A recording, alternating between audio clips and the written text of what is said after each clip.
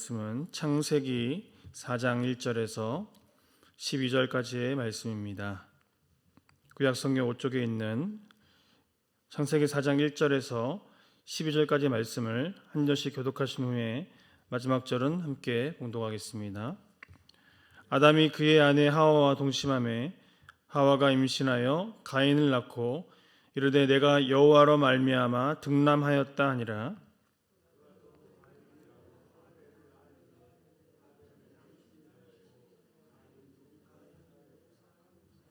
세월이 지난 후에 가인은 땅의 소산으로 제물을 삼아 여호와께 드렸고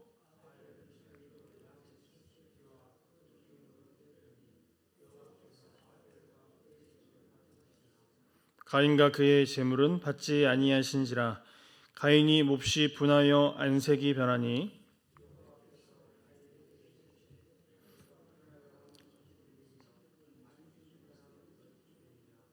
내가 선을 행하면 어찌 낯을 들지 못하겠느냐. 선을 행하지 아니하면 죄가 문에 엎드려 있느니라. 죄가 너를 원하나 너는 죄를 다스릴지니라.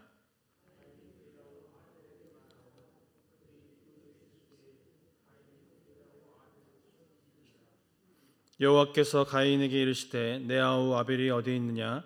그가 이르되 내가 알지 못하나이다. 내가 내 아우를 지키는 자니이까.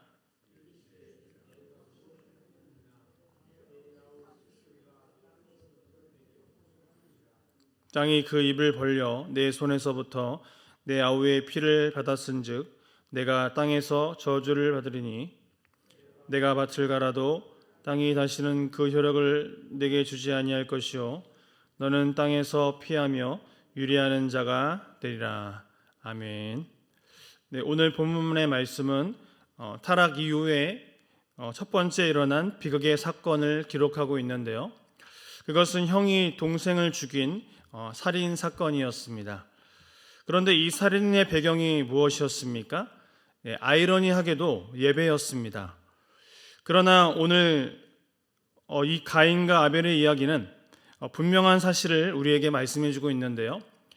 하나님과의 관계에서 실패할 때에 우리 인생이 어떠한 일이 벌어지는지를 보여주는 말씀이라는 것입니다. 1절과 2절의 말씀을 보면 아담이 그의 아내 하와와 동침하매 하와가 임신하여 가인을 낳고 이르되 내가 여호와로 말미암아 득남하였다 하니라. 그가 또 가인의 아우 아벨을 낳았는데 아벨은 양치는 자였고 가인은 농사하는 자였더라 라고 말씀하고 있습니다. 지금 이 당시의 상황을 보면 타락한 이후에 시간이 많이 흘렀음을 알 수 있는데요. 3절에 보면 세월이 지난 후에라고 기록하고 있습니다. 그때에 가인과 아벨 이외에도 많은 사람들이 살고 있었다라는 것입니다. 그런데 우리가 지난 시간에 읽은 창세기 3장의 말씀은 인간의 타락에 관한 말씀의 내용인데요. 타락이 우리 인간에 미친 가장 큰 영향이 무엇이었습니까? 단절이었습니다. 하나님과 사람, 그리고 인간과 인간, 또 사람과 동물의 관계가 단절되었다라는 것입니다. 그러나 성경은 이 단절이 완전한 단절은 아니었음을 분명히 말씀해주고 있는데요. 왜냐하면 오늘 4장의 첫 단락은 하나님께 예배하는 것으로 시작되고 있기 때문입니다. 하나님은 타락한 아담과 하와에게 하나님께 나아갈 때에 예물을 가지고 나아가야 한다는 예배하는 방식을 가르쳐 주셨고 그것을 통해서 하나님은 사람과 교제하기를 원하셨다라는 것입니다. 그런데 오늘 본문 가인과 아벨의 이야기에서 가장 궁금한 것은 왜 하나님께서 아벨의 제물은 받으셨고 또 가인의 제물은 받지 않으셨는가인데요. 이것은 오늘날 예배자인 우리에게도 아주 중요한 질문입니다. 우리 3절에서 5절까지의 말씀을 다 같이 한번 읽어보도록 하겠습니다. 세월이 지난 후에 가인은 땅의 소산으로 제물을 삼아 여호와께 드렸고 아벨은 자기도 양의 첫 새끼와 그 기름으로 드렸더니 여호와께서 가벨과 그의 제물은 받으셨으나 가인과 그의 제물은 받지 아니하신지라. 가인이 몹시 분하여 안색이 변하니. 아멘. 먼저 가인과 아벨의 차이를 예물에 두는 사람들이 있는데요. 사실 겉으로 보기에는 이것이 가장 큰 차이로 보입니다. 가인은 용사짓는 사람이기 때문에 땅의 소산으로 예물을 드렸고, 또 아벨은 양치는 자였기 때문에 양의 첫 새끼와 그 기름으로 예물을 드렸습니다. 그래서 이 예물의 차이 때문에 하나님의 반응이 달랐다라고 설명하고 있다는 것이죠. 물론 이 해석이 성경적인 근거가 전혀 없는 것은 아닌데요.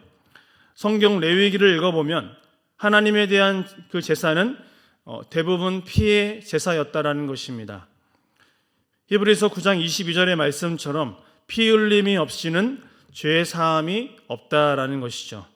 즉 인간은 타락으로 말미암아 하나님과의 관계가 완전히 단절되었기 때문에 죄인인 아담과 하와의 자녀인 모든 인류는 반드시 하나님께 나아가기 위하여 피 흘림이 필요하다는 것이죠.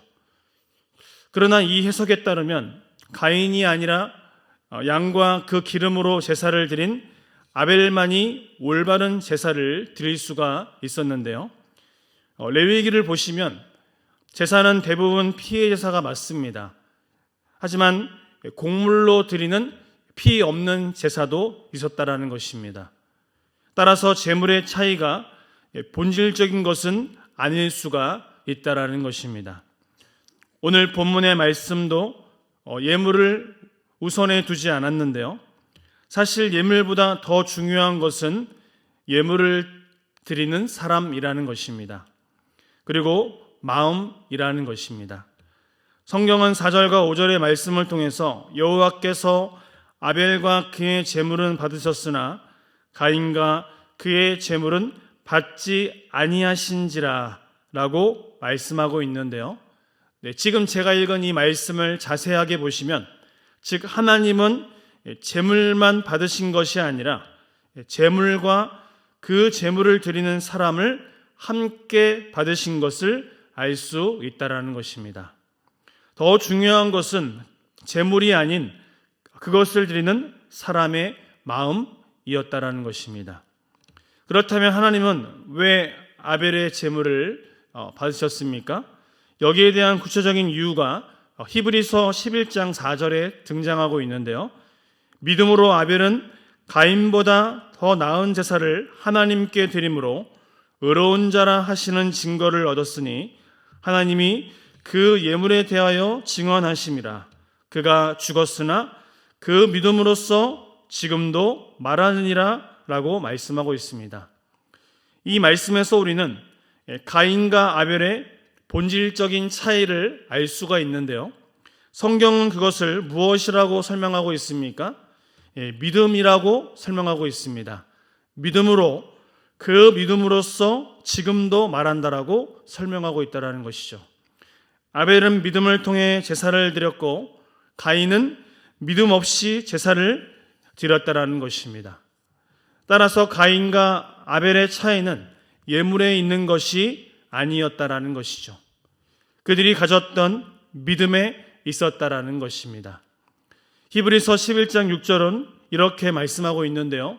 믿음이 없이는 하나님을 기쁘시게 하지 못하나니 하나님께 나아가는 자는 반드시 그가 계신 것과 또한 그가 자기를 찾는 자들에게 상 주시는 이심을 믿어야 할지니라. 아멘. 지금 가인이 믿음 없이 하나님께 예배했다라는 결론은 하나님께서 그 예배를 받지 않으셨다라는 사실에서 유추할 수가 있는데요. 하나님께서 받으시는 예배와 받지 않으시는 예배가 있다라는 것입니다.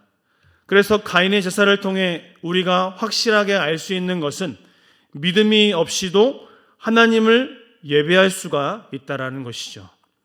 가인은 자기 자신의 열심과 그 노력으로 땀 흘려 수확한 농사를 하나님께 올려드렸는데요.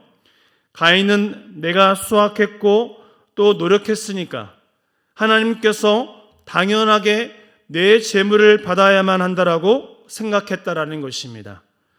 그러나 성경은 우리의 정성이 아닌 우리의 믿음을 분명하게 강조하고 있다라는 것입니다. 우리가 예배할 때에 내가 무언가 열심히 해야 될 것처럼 생각하고 있지만 하나님은 그리스도 안에서 우리가 그 연약한 믿음으로 드리는 예배를 흠양하신다라는 것이죠. 하나님은 우리의 믿음을 보시고 그 안에서 드리고 있는 우리의 제물도 받으신다라는 것입니다. 그래서 우리의 믿음이 없다면 우리가 드리는 그 예물은 아무런 의미가 없다라는 것입니다. 그렇다면 성경에서 말하는 그 믿음이란 무엇입니까? 하나님에 대한 전적인 신뢰를 의미하고 있다는 것입니다. 따라서 믿음으로 드리는 예배는 우리가 드리는 이 예배를 받으시는 분이 나의 공로가 아니라 나의 모든 것이 아니라 전적으로 하나님의 손에 달려있음을 믿고 깨닫는 것에 있다라는 것을 분명히 말씀하고 있다라는 것이죠.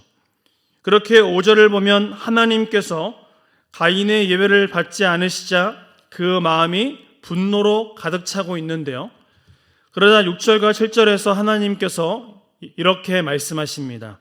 우리 6절과 7절의 말씀을 다 같이 읽어보도록 하겠습니다. 여호와께서 가인에게 이르시되 내가 분하여 함은 어찌 됨이며 안색이 변함은 어찌 됨이냐 내가 선을 행하면 어찌 낯을 들지 못하겠느냐 선을 행하지 아니하면 죄가 문에 엎드려 있느니라 죄가 너를 원하나 너는 죄를 다스릴지니라. 아멘. 내가 선을 행하지 않는다면 죄가 가인을 공격한다라는 것이죠. 하나님은 가인을 배려하셔서 피해야 할 길을 분명하게 알려주셨는데 하나님에 대한 분노로 가득 찬 가인은 이것을 인정할 수가 없었다라는 것이죠. 왜 그렇습니까? 그는 자기의 방식이 옳다라는 것을 확신하면서 그것을 입증하려 들었기 때문입니다. 그래서 가인이 아벨을 죽인 이유는 악한 자에게 속하여서 죄를 다스리지 못했기 때문이었는데요. 유다서 1장 11절 말씀을 보면 가인의 길이 등장하고 있는데요. 그 길은 무엇입니까? 이성 없는 짐승같이 본능을 따라 행하는 길입니다. 하나님은 그에게 찾아오셔서 첫 번째 질문을 하고 계시는데요. 9절의 말씀을 보시면 내 아우 아벨이 어디 있느냐라고 물으셨습니다. 그런데 뭐라고 대답합니까? 내가 아우를 지키는 자니까 이렇게 반문하고 있습니다. 그는 동생을 죽이고서도 아무런 죄책감을 느끼지 못했습니다. 그리고 하나님께 대들면서 뭐라고 말합니까? 내가 아니라 하나님이 아우를 지키는 자가 아닙니까? 이렇게 반문하고 있다는 것이죠. 이 말에 대하여 하나님은 11절과 12절에 벌을 내리시는데요.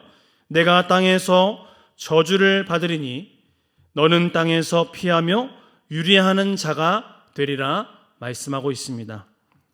오늘 창세기 4장의 말씀은 이렇듯 우리의 신앙생활에 귀한 교훈을 주고 있는데요. 그것은 여호와를 아는 지식과 또 우리의 모든 예배와 또 나의 삶이 밀접한 관계가 있다는 사실을 분명히 예비하고 있다는 것입니다. 우리는 착각합니다. 주일에 예배 잘 드리면 교회 나와 예배만 잘 드리면 모든 것이 해결될 거라고 생각하지만 하나님 앞에서 우리가 여호와를 아는 지식 또 하나님께 예배하는 것 또 우리의 한 주간의 삶의 예배가 일치해야 함을 분명히 말씀하고 있다는 것입니다. 주님은 우리의 힘이나 우리의 노력이 아니라 하나님의 은혜 가운데 전적으로 의존하는 그 믿음을 원하시기 때문입니다. 믿음이 없이는 하나님을 기쁘게 할 수 없다라고 분명히 우리에게 말씀하셨기 때문이죠. 바라기는 내가 원하는 예배와 나의 삶이 아니라 하나님께서 받으실 만한 그 예배와 삶의 예배를 통해서 주님만을 높여드릴 수 있는 저와 모든 성도님들의 삶이 되시기를 주님의 이름으로 축복합니다. 하나님 감사합니다. 남은 한 주간도 믿음이 없이는 하나님을 기쁘게 할 수 없음을 온전히 깨달아 하나님의 은혜에 전적으로 의존하는 그 믿음을 허락하시고 내가 원하는 예배와 나의 삶이 아니라 하나님이 받으실 만한 예배와 삶의 예배를 통해 주님을 높여드릴 수 있는 우리의 삶이 되게 하여 주시옵소서. 우리 주 예수 그리스도의 이름으로 기도하옵나이다. 아멘.